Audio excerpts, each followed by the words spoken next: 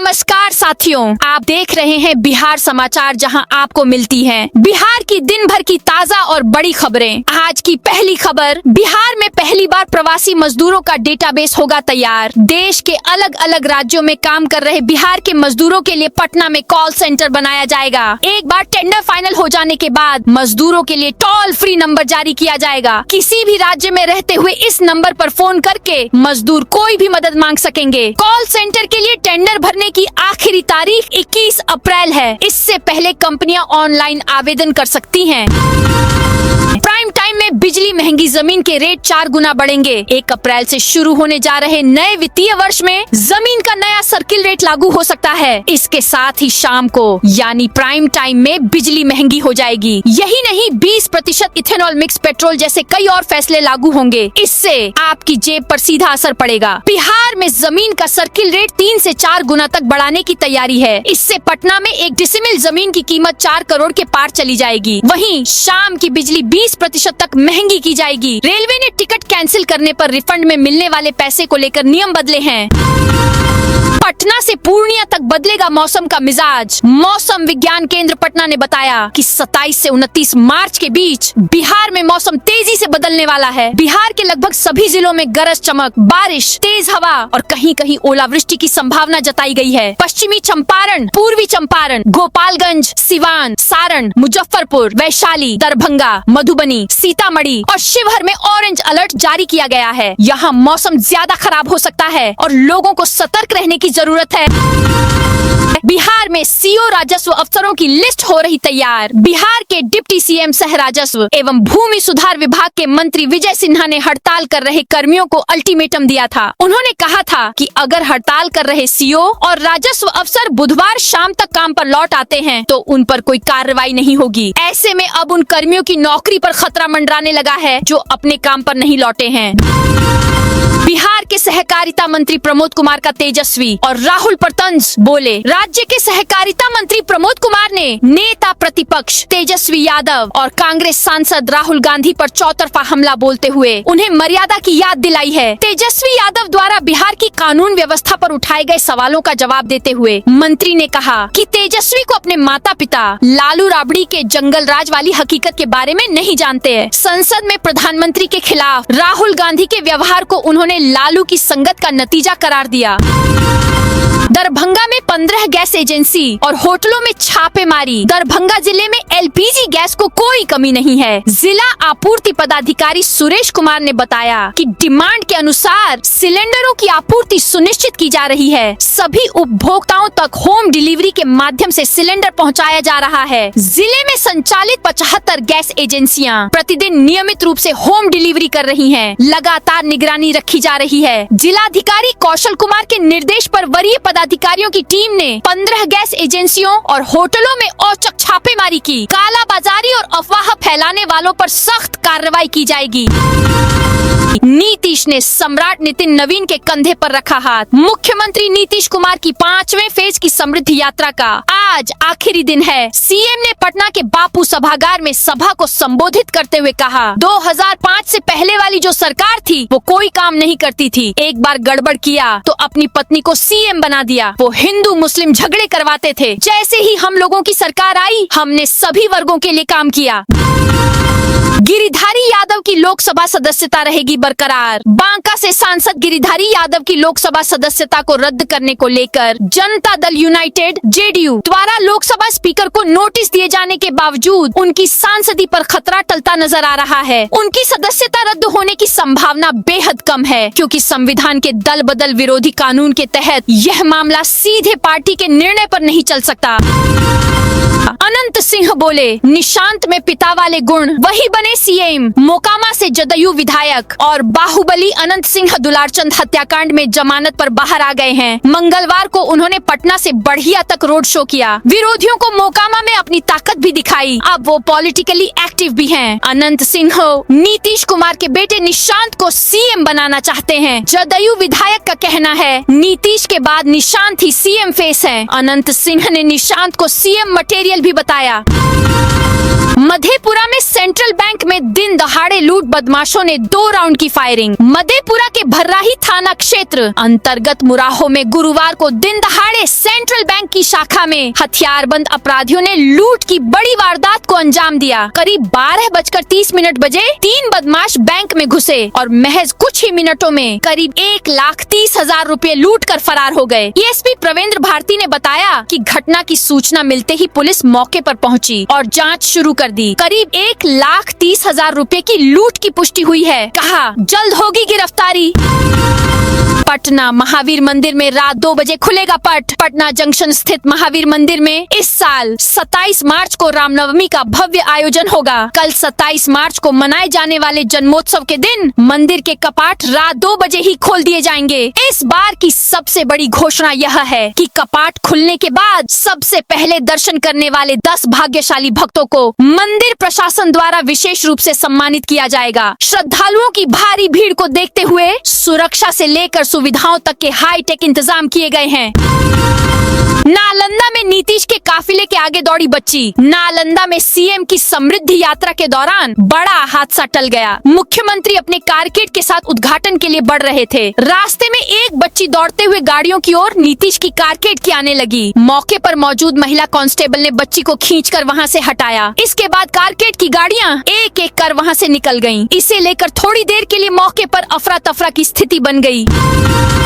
नए शैक्षणिक सत्र में स्कूल ड्रेस से लेकर किताबें तक महंगी। राजधानी में नए शैक्षणिक सत्र के साथ ही अभिभावकों की जेब पर दोहरी मार पड़ रही है। एलपीजी क्राइसिस और ईंधन की बढ़ती कीमतों ने स्कूल यूनिफॉर्म की लागत बढ़ा दी है। व्यवसायी राजेश अग्रवाल के अनुसार अहमदाबाद और सूरत जैसे उत्पादन केंद्रों में लागत बढ़ने से यूनिफॉर्म का कपड़ा 71 रुपए से बढ़कर 78 रुपए प्रति मीटर हो गया है। इससे स्कूल ड्रेस की शर्ट पैंट 100 रुपए तक महंगी हो गई है। जूते पर भी महंगाई की मार पड़ रही है।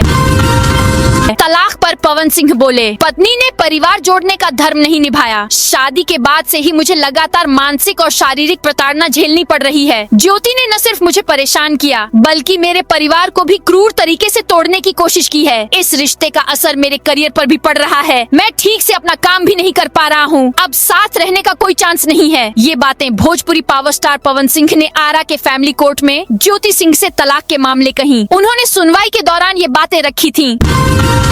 वंदे भारत के खाने में कीड़ा, आईआरसीटीसी पर 10 लाख जुर्माना। भारतीय रेलवे ने अपनी ही कैटरिंग इकाई Indian railway catering and tourism corporation IRCTC और संबंधित फूड सर्विस प्रोवाइडर पर कार्रवाई की है। पैसेंजर ने वंदे भारत एक्सप्रेस में खराब क्वालिटी के खाने की शिकायत की थी, जिसके बाद आईआरसीटीसी पर 10 लाख रुपए का जुर्माना लगाया गया है। इसके अलावा संबंधित फूड सर्विस प्रोवाइडर पर 50 लाख का जुर्माना लगाया गया है। ठेकेदार का कॉन्ट्रैक्ट तत्काल प्रभाव से समाप्त कर दिया है। रेलवे ने ये जानकारी आधिकारिक एक्स हैंडल पर पोस्ट कर दी है।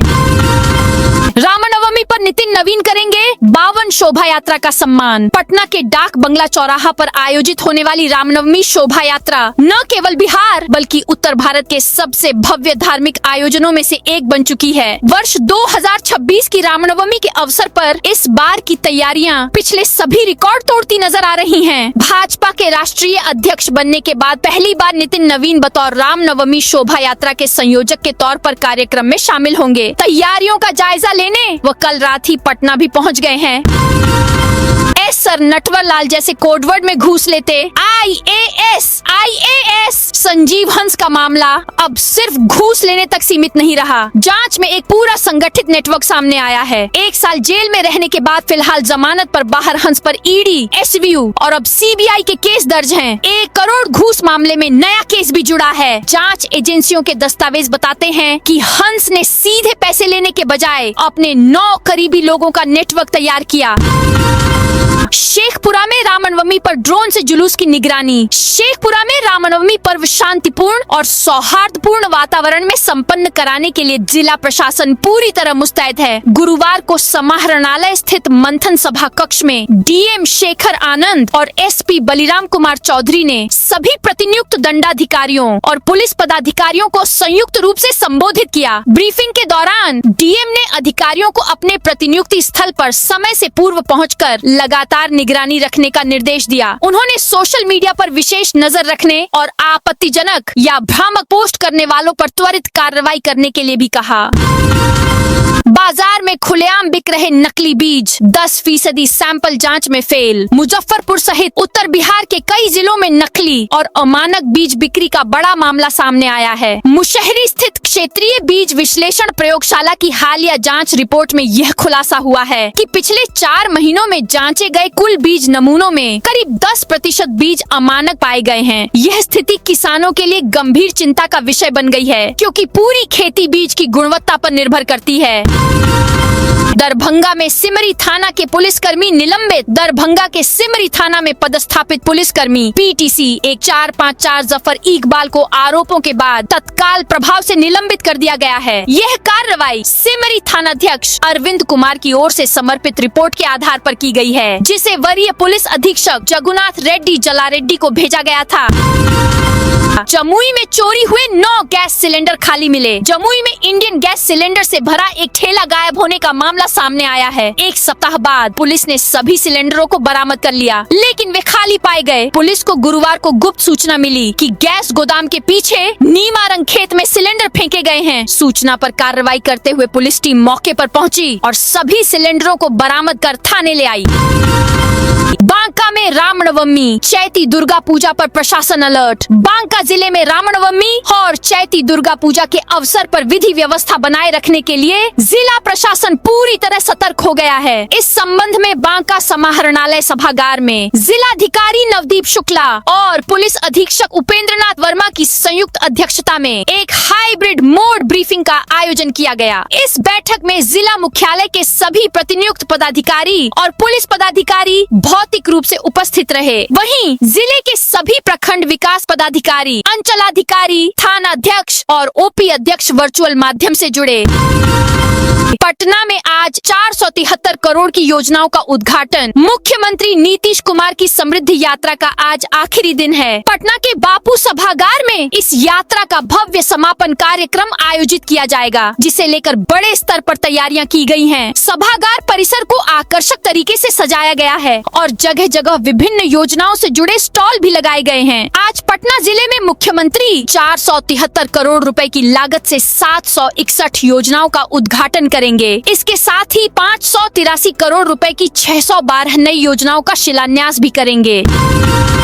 बेतिया पुलिस ने 24 घंटे में 28 आरोपी गिरफ्तार किए। पश्चिम चंपारण के बेतिया में पुलिस ने बीते 24 घंटे के दौरान कानून व्यवस्था सुदृढ़ करने के लिए व्यापक कार्रवाई की है। पुलिस अधीक्षक डॉक्टर शौर्य सूनम के निर्देश पर चलाए गए इस विशेष अभियान में कुल 28 अभियुक्तों को गिरफ्तार किया गया। सभी गिरफ्तार लोगों को कानूनी प्रक्रिया पूरी कर न्यायिक हिरासत में जेल भेज दिया गया है।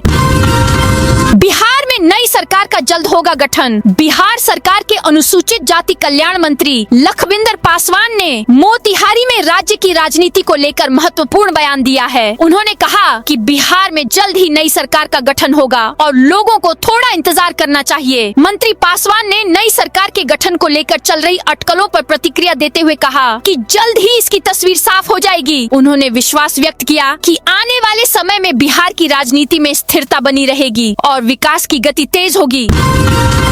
स्टेट हाईवे अलाइनमेंट में बदलाव को मंजूरी। बांका के धोरैया विधानसभा क्षेत्र के विधायक मनीष कुमार ने पथ निर्माण विभाग के मंत्री दिलीप जायसवाल से मुलाकात की। इस दौरान उन्होंने अपने क्षेत्र की जर्जर सड़कों के निर्माण और चौड़ीकरण से संबंधित कई प्रस्तावों को विभागीय स्वीकृति दिलाई। विधायक ने मंत्री को एक आवेदन सौंपकर क्षेत्र की सड़कों की खराब स्थिति से अवगत कराया और तत्काल कार्रवाई की मांग की। उन्होंने बताया कि इन सड़कों की मरम्मत और चौड़ीकरण से स्थानीय लोगों को काफी राहत मिलेगी। मधुबनी में रामनवमी पर 646 मजिस्ट्रेट तैनात। मधुबनी में रामनवमी और चैती दुर्गा पूजा को शांतिपूर्ण ढंग से संपन्न कराने के लिए जिला प्रशासन ने व्यापक तैयारियां की हैं। जिलाधिकारी आनंद शर्मा और पुलिस अधीक्षक योगेंद्र कुमार ने संयुक्त आदेश जारी कर जिले के 323 स्थानों पर 646 दंडाधिकारियों और पुलिस पदाधिकारियों के साथ बड़ी संख्या में पुलिस जवानों की प्रतिनियुक्ति की है। अररिया में में रामनवमी पर निकलेगी 20 शोभा यात्रा। अररिया में भगवान श्री राम के जन्मोत्सव रामनवमी को लेकर भक्ति और उत्साह का माहौल है। गुरुवार को रामनवमी के अवसर पर शहर के विभिन्न मंदिरों में पूजा अर्चना, ध्वजा लगाने और सजावट का कार्य जारी है। घरों में भी श्रद्धालु रामायण पाठ और भजन गाकर भगवान राम का स्वागत कर रहे हैं। शहर के मारवाड़ी पट्टी स्थित सार्वजनिक संकट मोचन हनुमान मंदिर में रामनवमी की भव्य तैयारियां की गई हैं। यहाँ से गुरुवार को एक भव्य शोभा यात्रा निकाली जाएगी। इस शोभा यात्रा में झांकियां, भक्ति गीत और जय श्री राम के उद्घोष के साथ बड़ी संख्या में श्रद्धालुओं के उमड़ने की उम्मीद है। BNMU में अर्जेंट माइग्रेशन सर्टिफिकेट के लिए 700 रुपए शुल्क। मधेपुरा के BN मंडल विश्वविद्यालय ने विभिन्न प्रमाण पत्रों के लिए नया शुल्क निर्धारण पत्र जारी कर दिया गया है। ऑनलाइन मोड में मूल प्रमाण पत्र प्राप्त करने हेतु सामान्य कोर्स के लिए 600 रुपए, MBBS एवं PhD के लिए 1000 रुपए, माइग्रेशन प्रमाण पत्र के लिए 500 रुपए लिया जाएगा, जबकि duplicate registration slip, admit card एवं प्रोविजनल सर्टिफिकेट के लिए 300 से 300 रुपए निर्धारित किए गए हैं। वहीं ऑफलाइन मोड में तत्काल माइग्रेशन प्रमाण पत्र के लिए 700 रुपए शुल्क तय किया गया है। थावे मंदिर में चैत्र नवरात्र पर उमड़ी भक्तों की भीड़। चैत्र नवरात्र के अवसर पर बिहार के प्रसिद्ध शक्तिपीठ थावे दुर्गा मंदिर में श्रद्धालुओं की भारी भीड़ उमड़ पड़ी है। सप्तमी से लेकर महाअष्टमी तक मंदिर परिसर में भक्तों का तांता लगा हुआ है। विशेष रूप से महाअष्टमी के दिन मां दुर्गा के महागौरी स्वरूप के दर्शन के लिए सुबह से ही लंबी कतारें देखी जा रही हैं। मंदिर परिसर जय माता दी के जयकारों से गूंज रहा है और हर ओर भक्ति का माहौल बना हुआ है। बिहार के पहले मॉडर्न श्मशान घाट का आज होगा उद्घाटन। पटना के बांस घाट में हाईटेक श्मशान घाट बना है, जिसका आज उद्घाटन होगा। CM नीतीश कुमार अपनी समृद्धि यात्रा के समापन के दौरान सौगात देंगे। यह बिहार का पहला मॉडर्न श्मशान घाट माना जा रहा है, जो 4.5 एकड़ में फैला है, जिसे 89.40 करोड़ रुपए की लागत से बनाया गया है। शेखपुरा में खलिहान में आग जनी, 12 बीघा की फसल जली। शेखपुरा के कोरमा थाना क्षेत्र अंतर्गत घाट कुसुम्भा प्रखंड के सहारा गांव में गुरुवार की देर रात आगजनी की एक बड़ी घटना सामने आई है। शरारती तत्वों ने दुश्मनीवश गांव के एक खलिहान में आग लगा दी, जिससे वहां रखी 12 बीघा भूमि की कटी हुई और दौड़ने के लिए रखी फसलें धू धू कर जलकर राख हो गयीं। इस घटना में किसान को लाखों रुपए का नुकसान हुआ है और पूरे गाँव में दहशत का माहौल बना हुआ है। नालंदा के किसानों ने बढ़ाया आत्मनिर्भरता की ओर कदम। कृषि क्षेत्र में नवाचार और किसानों की आय संवर्धन को बढ़ावा देने के उद्देश्य से नालंदा जिला प्रशासन ने एक अनूठी पहल की है। जिलाधिकारी कुंदन कुमार के मार्गदर्शन में जिले के अलग अलग प्रखंडों से 40 प्रगतिशील किसानों का एक दल पश्चिम बंगाल के सिलीगुड़ी भेजा गया है, जहां 7 दिवसीय विशेष प्रशिक्षण कार्यक्रम के तहत मोती की खेती, पर्ल फार्मिंग की उन्नत तकनीक सीख रहे हैं। आत्मा के सहयोग से आयोजित इस कार्यक्रम का मुख्य उद्देश्य किसानों को पारंपरिक खेती के साथ साथ आय के वैकल्पिक और लाभकारी स्रोतों से जोड़ना है। मुजफ्फरपुर में गैस एजेंसी पर उपभोक्ताओं का हंगामा। मुजफ्फरपुर जिले के मनियारी स्थित गृहस्थी इंडियन ग्रामीण वितरक गैस एजेंसी पर जमकर हंगामा किया। गैस सिलेंडर नहीं मिलने पर सैकड़ों उपभोक्ता भड़क गए। एजेंसी प्रबंधन के खिलाफ मनाने का आरोप लगाते हुए नारेबाजी की। भारत नेपाल चेक पोस्ट पर सुरक्षा बढ़ी। किशनगंज जिले के भारत नेपाल सीमा पर स्थित दिगल बैंक चेक पोस्ट पर सुरक्षा व्यवस्था कड़ी कर दी गई है। अब नेपाल से भारत आने वाले सभी लोगों को डोर फ्रेम मेटल डिटेक्टर से होकर गुजरना अनिवार्य होगा। यह कदम सुरक्षा को मजबूत करने के उद्देश्य से उठाया गया है। गौरतलब हो कि सुरक्षा की दृष्टि से चेक पोस्ट पर DFMD स्थापित किया गया है। नेपाल से भारत आने वाले यात्रियों को अब हवाई अड्डों, मेट्रो स्टेशनों और शॉपिंग मॉल की तरह इस सुरक्षा उपकरण वॉक थ्रू गेट से गुजरना पड़ेगा। उन्हें अपना पहचान पत्र भी प्रस्तुत करना होगा। पिता की कार्यशैली को आगे बढ़ाने के लिए निशांत सक्षम। बिहार की राजनीति में मुख्यमंत्री पद को लेकर एक बार फिर चर्चाएं तेज हो गई हैं। कटिहार के पूर्व राज्यसभा सांसद डॉक्टर अहमद अशफाक करीम के एक बयान ने इन अटकलों को हवा दी है। डॉक्टर करीम ने मुख्यमंत्री नीतीश कुमार के बेटे निशांत कुमार को लेकर बयान दिया। उन्होंने कहा कि निशांत लगातार जनता के बीच काम कर रहे हैं और जमीन से जुड़कर अपनी पहचान बना रहे हैं। डॉक्टर करीम ने बताया कि ईद के अवसर पर भी निशांत कुमार अल्पसंख्यक समुदाय के लोगों से मिलने पहुंचे थे, जो उनकी सक्रियता और सामाजिक जुड़ाव को दर्शाता है। सुपौल में पुलिस टीम पर हमला, SHO समेत 5 घायल। सुपौल जिले के करजाइन थाना क्षेत्र में छापेमारी करने गई पुलिस टीम पर शराब माफियाओं ने हमला कर दिया। इस घटना में करजाइन थाना अध्यक्ष मनीष कुमार समेत कुल 5 पुलिसकर्मी घायल हो गए। घटना सीतापुर गांव की बताई जा रही है, जहां पुलिस शराब मामले में फरार अभियुक्त को पकड़ने गई थी। करजाइन थाना की पुलिस टीम बुधवार देर रात करीब 2:45 बजे सीतापुर गाँव में छापेमारी करने पहुँची थी। पुलिस को सूचना मिली थी कि शराब तस्करी के मामले में फरार चल रहा प्राथमिकी अभियुक्त सरोज कुमार मेहता गांव में मौजूद है। इसी सूचना के आधार पर थाना अध्यक्ष मनीष कुमार के नेतृत्व में टीम ने कार्रवाई करते हुए उसे गिरफ्तार कर लिया। दानापुर से लेकर पटना सिटी तक जल जमाव से मिलेगी राहत। पटना को अब 8 नए DPS ड्रेनेज पंपिंग स्टेशन की सौगात मिलेगी। बिहार शहरी आधारभूत संरचना विकास निगम लिमिटेड बुडको इसे तैयार कर रहा है। राजीव नगर, दीघा कैनाल, आनंद बाजार दानापुर, टीवी टावर दशरथा, नंदलाल छपरा, बकरी बाजार बाजार समिति और प्रेम कुंज पहाड़ी में मानसून से पहले चालू कर दिया जाएगा। अभी इन सभी का 95% काम पूरा हो चुका है।